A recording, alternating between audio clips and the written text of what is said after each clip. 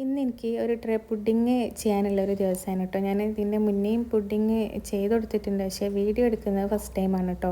അപ്പോൾ ഫ്ലേവർ വരുന്നത് പിസ്താണ് കേട്ടോ. ഞാനിവിടെ 2 പാക്കറ്റ് ചൈന ഗ്രാസും അതിൽ തന്നെ 2 ഗ്രാം കൂട്ടിയെടുക്കുന്നുണ്ട്. കാരണം പുറത്തേക്ക് സെയിൽ ചെയ്യുമ്പോൾ എപ്പോഴും 1-2 ഗ്രാം കൂട്ടിയെടുക്കുന്നത് നല്ലതായിരിക്കും. കാരണം അവർക്ക് കട്ട് ചെയ്ത് കഴിക്കാനൊക്കെ എളുപ്പമുണ്ടാവും. നമ്മൾ വീട്ടിലേക്കാണെങ്കിൽ പിന്നെ അതിൻ്റെ ആവശ്യമില്ല. അപ്പോൾ 2 പാക്കറ്റ് പാലിന് 2 പാക്കറ്റ് ചൈന ഗ്രാസ് എന്നുള്ള കണക്കാണ് വരിക. ഞാൻ പറഞ്ഞ പോലെ പുറത്തേക്ക് സെയിൽ ചെയ്യുമ്പോൾ 1-2 ഗ്രാമൊക്കെ കൂട്ടിയെടുക്കുകയും വേണം കേട്ടോ.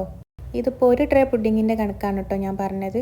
അപ്പോൾ അത് 2 പാക്കറ്റ് പാലിലേക്ക് ആവശ്യത്തിന് ഷുഗറൊക്കെ ആഡ് ചെയ്തിട്ട് ഒന്ന് ചൂടാക്കാൻ വെക്കേണ്ട ടൈമിന് തന്നെ ചൈന ഗ്രാസ് മെൽറ്റ് ചെയ്ത് കിട്ടും. പിന്നെ അതായത് ഒന്ന് ലോ ഫ്ലെയിമിലിട്ടിട്ട് വേണം രണ്ടും കൂടി ഒന്ന് മിക്സ് ചെയ്തെടുക്കാൻ. അപ്പോൾ ഇത് അതിൽ മെൽറ്റ് ആവാതെ കിടക്കുന്ന ചൈന ഗ്രാസിൻ്റെ തരികളൊക്കെ ഉണ്ട്, അതൊക്കെ ഒന്ന് മെൽറ്റ് ആകുന്നവരെ ജസ്റ്റ് ഒന്ന് ചൂടാക്കി എടുക്കുക. അതിനുശേഷം എന്താ എസെൻസും കൂടി ആഡ് ചെയ്ത് കൊടുക്കുന്നുണ്ട്. ഈ ഒരു എസെൻസ് ആണ് കേട്ടോ ചേർത്ത് കൊടുക്കുന്നത്. എന്നിട്ട് നല്ലോണം മിക്സ് ചെയ്തിട്ട് ഞാനിതൊന്ന് ട്രെയിലേക്ക് സെറ്റ് ചെയ്ത് കൊടുത്തിട്ടുണ്ട്. പിന്നെ അതാ ഗാർണിഷിന് വേണ്ടിയിട്ട് കുറച്ച് ബദാമും കൂടിയും കട്ട് ചെയ്തിട്ട് ഇട്ട് കൊടുക്കുന്നുണ്ട്. അപ്പോൾ ഇതാ ഇത്രയേ ഉള്ളൂ, പുഡിങ് ഇവിടെ സെറ്റ് ആയിക്കണേ.